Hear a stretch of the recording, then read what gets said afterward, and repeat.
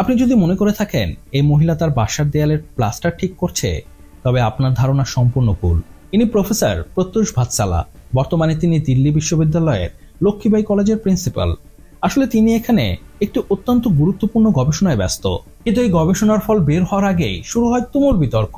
আর এই বিতর্ক ছাত্র সংগঠন ও কলেজ প্রশাসনের মধ্যে এক মারমার কাটকাট অবস্থার সৃষ্টি করে। আসল ঘটনা হচ্ছে, দিল্লি বিশ্ববিদ্যালয়ের লক্ষ্মীবাই কলেজের শিক্ষার্থীরা গত কিছুদিন থেকেই গরম নিয়ে অভিযোগ করে আসছিল। তাই প্রিন্সিপাল চিন্তা করে, কেননা এবার একটু ভিন্ন কিছু করা যাক। যে কথা সেই কাজ। তিনি কলেজের ক্লাসরুমে নিজ হাতে গোবর পেস্ট লাগান আর তা ভিডিও করে হোয়াটসঅ্যাপ গ্রুপে শেয়ার করেন। এ ব্যাপারে তিনি বলেন, গরম থেকে নিস্তার পেতে তিনি সি ব্লকে ভারতীয় পদ্ধতি অবলম্বন করেছেন। তিনি ভিডিও শেয়ার তো করেন, কিন্তু বুঝতেই পারেন না তার এই সরল সায়েন্টিফিক এক্সপেরিমেন্ট সামনে কি তুলকালাম ঘটাতে যাচ্ছে। মুহূর্তেই ভিডিও ভাইরাল হয়ে যায়, চারিদিকে শোরগোল পড়ে যায়।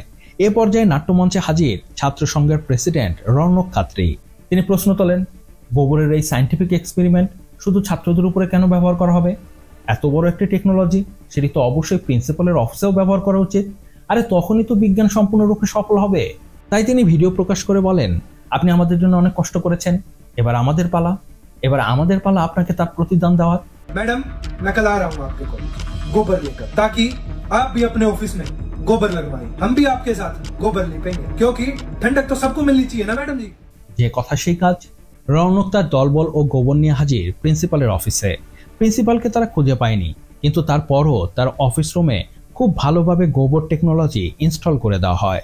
সমালোচনায় বিদ্ধ প্রিন্সিপাল তখনও দমে যায়নি। তিনি বলেন, এটি ছিল একটি গবেষণার অংশ মাত্র, যেখানে তাপ নিয়ন্ত্রণের জন্য ট্রেডিশনাল ভারতীয় পদ্ধতি ব্যবহার করা হয়েছে, কিন্তু কিছু মানুষ তা ভুল বুঝে গুজব ছড়াচ্ছে। फैकल्टी ग्रुप से किसने कहां किस इंटेंशन से उस वीडियो को आगे भेजा, इसके बारे में तो मैं क्या ही कहूं। ভারত হোক বা বাংলাদেশ, ক্ষমতার চেয়ারে যারাই বসে তারা নিজেদের দোষ খুঁজে পায় না, তারা শুধু চক্রান্ত দেখে। তো যাই হোক, ভারত এখন চীনকে টক্কর দেবার কথা বলে। অর্থনীতি থেকে বিজ্ঞান, সামরিক থেকে আইটি, সব ক্ষেত্রেই চীনের সাথে প্রতিযোগিতার কথা বলে। মাত্রই কিছুদিন আগে ভারতের শিল্প ও বাণিজ্য মন্ত্রী পীযূষ গোয়েল তরুণদের সামনে একটি প্রশ্ন ছুড়ে দেন, ভারতের তরুণরা ভবিষ্যতে কি করতে চায়? তারা কি চীনের মতো ডিপসিক এআই এর মতো নতুন নতুন ইনোভেশন করতে চায়, নাকি আইসক্রিম বিস্কুটের হোম ডেলিভারি স্টার্টআপ? তাই এই গরমে ঠান্ডা আইসক্রিম খেতে খেতে আমিও চিন্তা করি, ভারতের একই অবস্থা।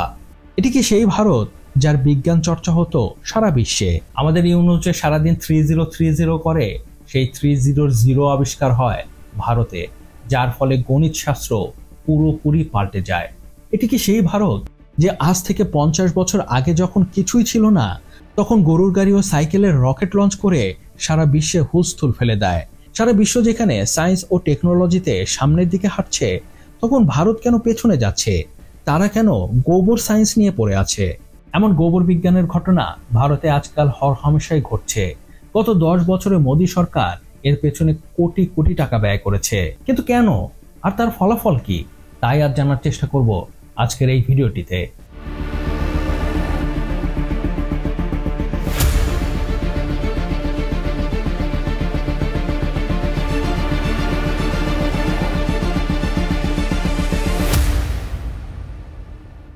দেখুন, প্রাচীনকাল থেকেই মাটির তৈরি মেঝে ও দেয়ালের প্লাস্টার হিসেবে গোবর ব্যবহৃত হয়ে আসছে। বলা হয়ে থাকে এর ফলে ঘর গরমকালে ঠান্ডা ও শীতকালে গরম থাকে। শুকনো গোবরে তাপ পরিবহন ও প্রতিফলনের বৈশিষ্ট্য বেশি থাকে, তাই কাঁচা ঘর মানে মাটির তৈরি ঘরে গোবর কিছুটা তাপ নিরোধক হিসাবে কাজ করতে পারে। কিন্তু আধুনিক বিল্ডিং এ যে এই পদ্ধতি কাজ করবে তার কোনো প্রমাণ নেই। তারপরও কিছু মানুষ ঐতিহ্যগত এই প্রথা ব্যবহারের চেষ্টা করে, যেমন ডাক্তার শিবদর্শন মালিক। তিনি গোবর দিয়ে তৈরি করেছেন বৈদিক প্লাস্টার ও গোক্রিট ইট। বৈদিক প্লাস্টার তৈরি করা হয় গোবর, মাটি, নিম পাতা, জিপসাম ও গোক্রিটের মিশ্রণে, আর গোক্রিট ইট তৈরি করা হয় গোবর দিয়ে। এই পর্যন্ত ঠিক আছে, কিন্তু কিছু মানুষ আরো এক ধাপ এগিয়ে যায়। তারা গোবর সরাসরি গাড়িতেই লাগিয়ে দেয়, বলে এতে গাড়ি ঠান্ডা থাকে, এসি ব্যবহারের প্রয়োজন পড়ে না। এগুলো সব ব্যক্তিগত উর্বর মস্তিষ্কের ফল, এর কোনো বৈজ্ঞানিক ভিত্তি নেই। এ পর্যন্ত তাও ঠিক আছে, কিন্তু এটি পাগলামির পর্যায়ে তখন পৌঁছে যায় যখন গোবর মানুষ নিজেই তার উপরে অ্যাপ্লাই শুরু করে। ভারতের কর্ণাটকের অন্ধ্রপ্রদেশের কুর্নুল গ্রামের মানুষ একে অপরের গায়ে গোবর ছিটিয়ে উৎসব পালন করে। তারা বিশ্বাস করে এর ফলে কেউ অসুস্থ থাকলে সে সুস্থ হয়ে যায়, গোবর মাখলে রোগবালাই সেরে যায়। এর কোনো বৈজ্ঞানিক ভিত্তিই নেই, বরং উল্টো, গোবর মাখলে রোগবালাই হবার সম্ভাবনা অনেক বেশি। এক্ষেত্রে সরকারের কাজ হচ্ছে জনসচেতনতা তৈরি করা, কিন্তু ভারত সরকার উল্টা আরো উৎসাহ দেয়। গত 10 বছরে মোদী সরকার গোবর বিজ্ঞানের পেছনে শত শত কোটি টাকা খরচ করে। গোবর ও গোমূত্র মানুষের কত উপকারে আসে তা প্রমাণের জন্য মিনিস্ট্রি অফ সায়েন্স ও technology, department of biotechnology, department of scientific and industrial research, council of scientific industrial research, ministry of Ayurveda, ministry of new and renewable energy, Indian council of agriculture research, Indian council medical রিসার্চের মতো প্রতিষ্ঠানকে কাজে লাগায়। এর বাইরে ভারতের সবচেয়ে প্রসিদ্ধ আইআইটি দিল্লিকেও কাজে লাগানো হয়। শুধু তাই নয়, গোবর ও গোমূত্র ব্যবসা শুরু করার জন্য উদ্যোক্তাদের সাহায্য করার জন্য রাষ্ট্রীয় কামধেনু আয়োগের অধীনে নানা স্কিম চালু করা হয়।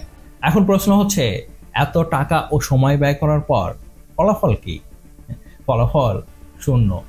আসলে এখন পর্যন্ত কোনো রিসার্চ এটি প্রমাণ করতে পারেনি মডার্ন বিল্ডিং ঠান্ডা রাখতে গোবর কার্যকর।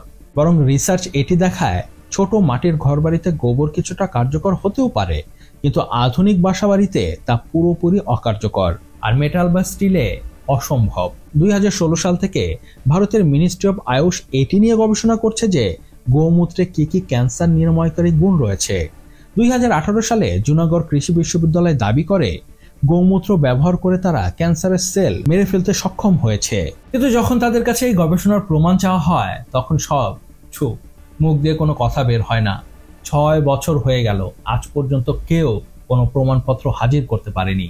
2020 সালের অক্টোবরে ভারতের রাষ্ট্রীয় কামধেনু আয়োগের চেয়ারম্যান বল্লভভাই কাঠেরিয়া গোবরের একটি চিপ নিয়ে আসেন। তার দাবি, গোবরের এই চিপ মোবাইলের ভেতরে রাখলে তা বিকিরণের মাত্রা কমিয়ে দেবে, ফলে রোগের হাত থেকে রক্ষা মিলবে। কিন্তু এর ভিত্তি কি? এর প্রমাণ কই? এর জন্য কি কোনো টেস্টিং করা হয়েছে? উত্তর, না।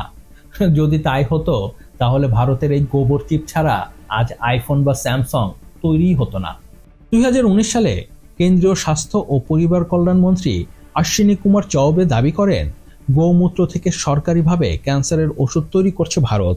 আজ পর্যন্ত ওই ওষুধ আর বাজারে আসেনি। এদিকে আইআইটি মাদ্রাসের ডিরেক্টর দাবি করেন গোবরে অ্যান্টিফাঙ্গাল, অ্যান্টিব্যাকটেরিয়াল, অ্যান্টি ইনফ্ল্যামেটরি উপাদান রয়েছে।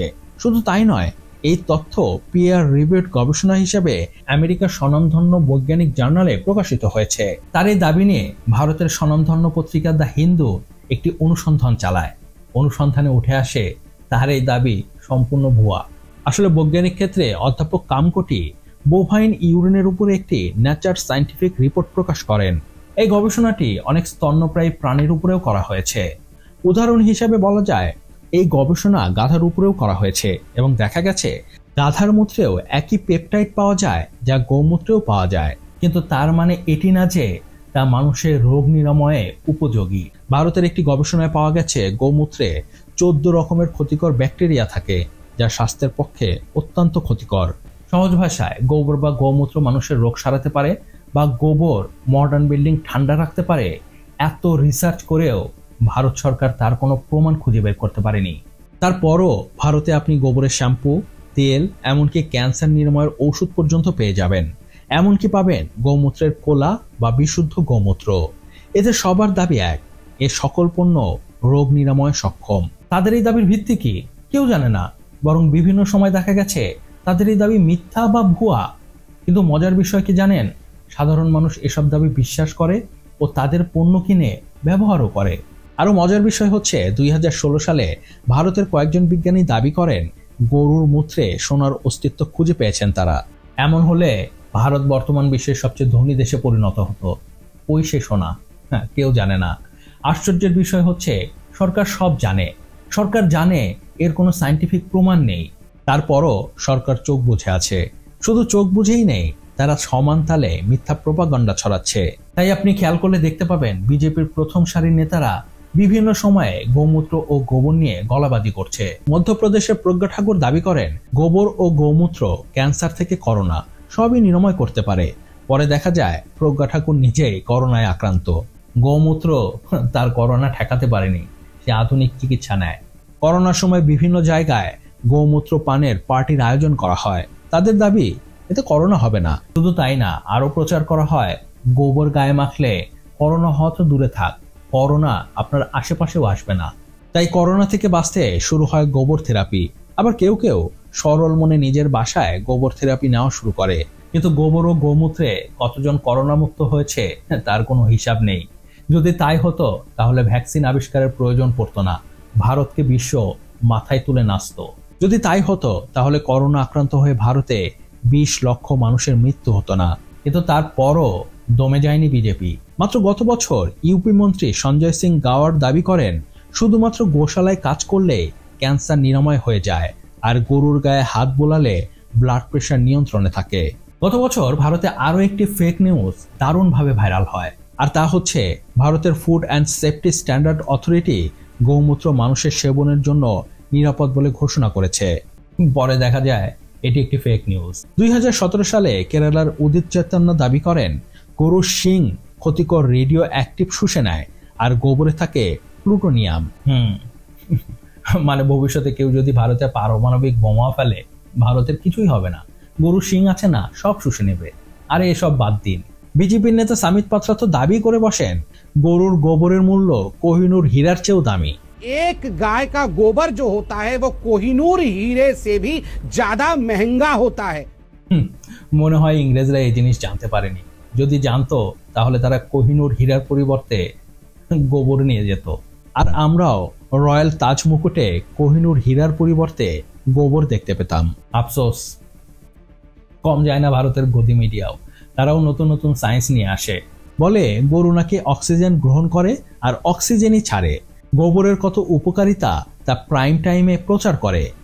जो ऑक्सीजन ग्रहण करता है साथ ही ऑक्सीजन ही छोड़ती है। এখন সাধারণ মানুষ চিন্তা করে এত বড় বড় মানুষ এসব কথা বলছে, প্রথম সারির নিউজ চ্যানেলও এগুলো প্রচার করছে, তার মানে যা বলা হচ্ছে তা সত্যিই বলছে। কিন্তু আসল সত্য হচ্ছে এগুলো সত্যি না। এখন প্রশ্ন হচ্ছে বিজেপি জেনে বুঝে কেন এমন মিথ্যা খবর প্রচার করে, তাদের কি লাভ? আসল উত্তর হচ্ছে ভোটের রাজনীতি। দেখুন, হিন্দু ধর্মে গরুর একটি আলাদা জায়গা আছে, তাই হিন্দুরা গরুকে শ্রদ্ধা ভরে পূজা করে, আর এটি বিজেপি কাজে লাগাতে চায়। বিজেপির মূল উদ্দেশ্য এসব সাধারণ হিন্দুকে টার্গেট করা, তাদের সামনে তুলে ধরা বিজেপি হিন্দু ও হিন্দুত্ববাদের কত বড় চিন্তক। তাই আপনি খেয়াল করলে দেখতে পাবেন মোদির সিনেম্যাটিক ভিডিও যেখানে সে গরুকে নিজ হাতে খাওয়াচ্ছে, আর গদি মিডিয়া তা প্রাইম টাইমে রং ঢং মিশিয়ে প্রচার করছে। एक्स प्लेटफॉर्म पर ये पोस्ट किया है, वीडियो फिलहाल आपकी स्क्रीन पर। গো হত্যা নিয়ে তারা কত চিন্তা করে। কেউ গরুর মাংস বিক্রি করছে এমন অভিযোগ এনে তাকে পিটিয়ে মেরে ফেলছে। তারা হিন্দুদের গোমাতাকে রক্ষায় সদা প্রস্তুত। কিন্তু আসল সত্য হচ্ছে ভোটের বাইরে গোমাতা নিয়ে বিজেপির কোনো চিন্তা নেই। নইলে ভারত বিশ্বের 3য় বৃহৎ গরুর মাংস রপ্তানিকারক দেশ হতো না। আসলে ভোটের বাইরে গোবর বিজ্ঞান নিয়ে মোদী সরকার কখনোই সিরিয়াস ছিল না, এসবই ছিল লোক দেখানো। যদি তাই হতো তাহলে এই টাকা ও সময় ব্যয় করা হতো সঠিক পথে, যেমন করেছে জাপান। সম্প্রতি জাপান গোবরের মিথেন গ্যাস থেকে উৎপন্ন ফুয়েল দিয়ে রকেট চালিয়ে সারা বিশ্বকে তাক লাগিয়ে দেয়। স্কটল্যান্ডের ইউনিভার্সিটি অফ ব্রিস্টল গবেষণা করে বের করেছে গোবর দিয়ে কিভাবে উন্নত মানের সার তৈরি করা যায়। এমনকি আরবরা গবেষণা করে বের করেছে গোবরের পাউডার খেজুর ও পাম গাছে ছিটিয়ে দিলে ফলন অনেক ভালো হয়। তাই তারা এখন ভারত থেকে গোবর আমদানি করে নিয়ে যাচ্ছে। আর মোদী সরকার কি করছে? গরু ও গোবরকে ব্যবহার করে হিন্দু ও মুসলমানদের মধ্যে ঘৃণার রাজনীতি ছড়াচ্ছে। আর এর ফায়দা লুটছে কিছু ধর্ম ব্যবসায়ী। তারা গোবর সায়েন্সের নামে মানুষকে গোবর ও গোমূত্র খাইয়ে কোটি কোটি টাকা হাতিয়ে নিচ্ছে। আসলে মোদী সরকারের গোবর সায়েন্স কোনো সায়েন্স না, একটি মতবাদ যা মানুষের মস্তিষ্কে গিয়ে মস্তিষ্ককে পচিয়ে গোবরে পরিণত করে। আর এতেই মোদী সরকারের সবচেয়ে বেশি লাভ। তো এ ছিল এ ব্যাপারে আমার মতামত।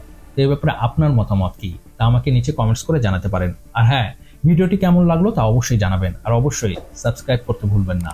আপনার একটি সাবস্ক্রাইব আমাকে অনেক বেশি উৎসাহিত করে নতুন নতুন কন্টেন্টের কোয়ালিটি ভিডিও তৈরি করার। ভালো থাকবেন, সুস্থ থাকবেন, ধন্যবাদ।